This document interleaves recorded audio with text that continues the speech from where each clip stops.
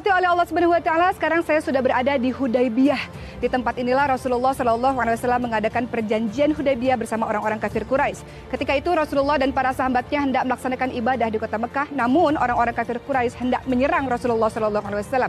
Maka Rasulullah SAW pun berunding dengan mengirim utusan, yaitu Utsman bin Affan radhiyallahu anhu, dan kemudian tersiar kabar Utsman bin Affan akan ditahan oleh mereka, sehingga Rasulullah dan para sahabatnya mengikat janji setia di bawah pohon yang disebut dengan perjanjian Bai'atur Ridwan.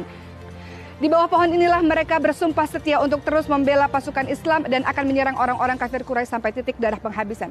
Sampai akhirnya Utsman bin Affan pun dikembalikan kepada Rasulullah dan Rasulullah mengirimkan seorang utusan bernama Suhail bin Amr, dan akhirnya terjadilah perjanjian di tempat ini yang berisi bahwa yang pertama, orang-orang Islam tidak boleh melaksanakan ibadah pada tahun ini melainkan tahun depan dengan tidak membawa senjata apapun.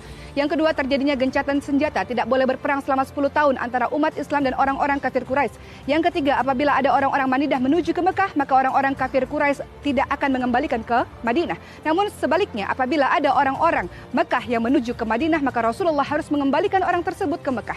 Dan di perjanjian ini pula lah Rasulullah SAW pada akhirnya bisa mengirim berbagai macam utusan untuk mereka bisa memasuki agama Allah melewati utusan-utusan Rasulullah SAW.